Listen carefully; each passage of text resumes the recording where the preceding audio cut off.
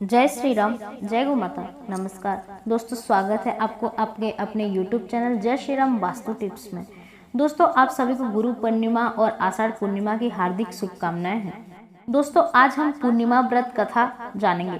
द्वापर युग में एक बार यशोदा जी ने भगवान श्री कृष्ण से कहा, कृष्ण तुम तो सारे संसार के रचयिता हो और पालनहार हो, आज कोई ऐसा उपाय मुझसे कहो जिससे करने से स्त्रियों को सुख और सौभाग्य की प्राप्ति हो और उनकी सभी मनोकामना भी पूर्ण हो जाए। तब श्री कृष्ण कहने लगे, हे माते, मैं आपको एक उपाय विस्तार पूर्वक बताता हूँ। सौभाग्य की प्राप्ति के लिए आषाढ़ पूर्णिमा का यह व्रत अवश्य ही करना चाहिए।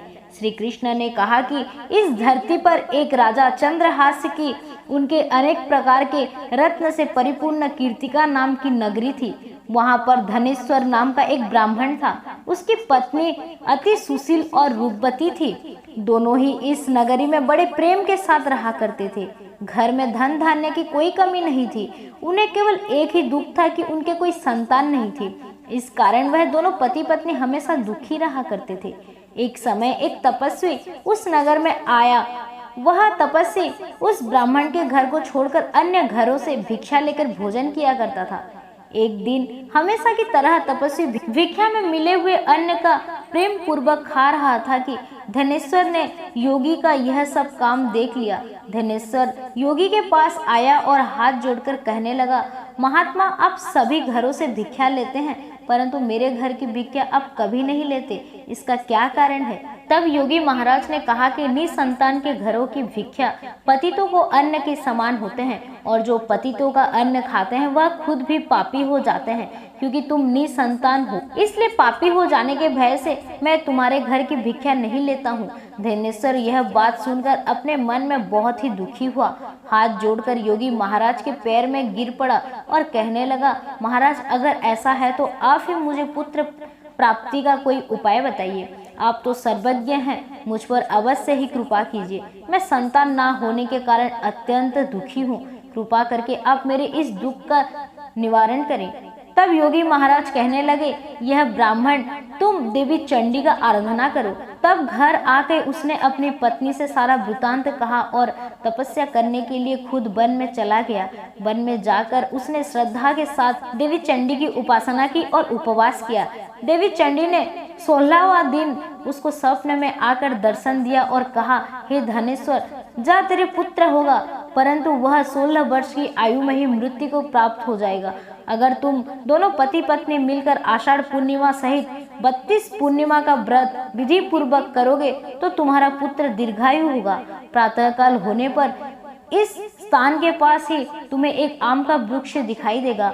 उस पर चढ़कर एक फल तोड़कर तुम जल्दी अपने घर को चले जाना और अपनी पत्नी को फिर खिला देना।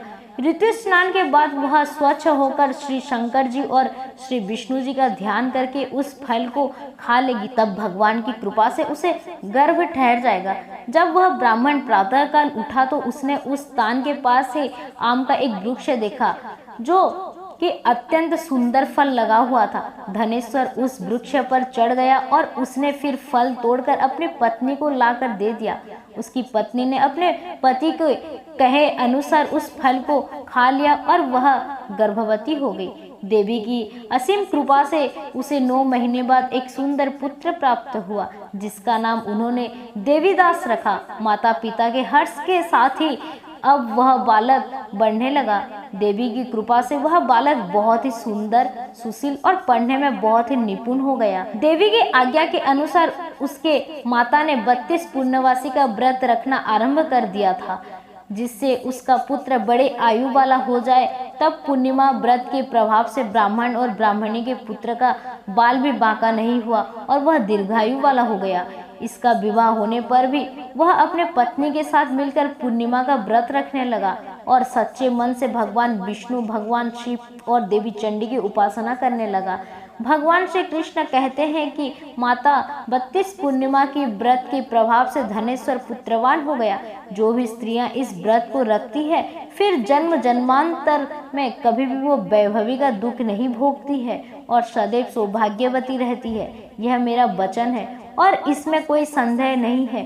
व्रत पुत्र पुत्रादि देने वाला, सभी मनोकामना को पूर्ण करने वाला है। पूर्णिमा का उपवास कभी भी बिना व्रत कथा की अधूरा माना जाता है, लेकिन जो लोग किसी कारण से उपवास ना रख पाए तो उन्हें भी इस व्रत कथा को अवश्य ही पढ़ना और सुनना चाहिए।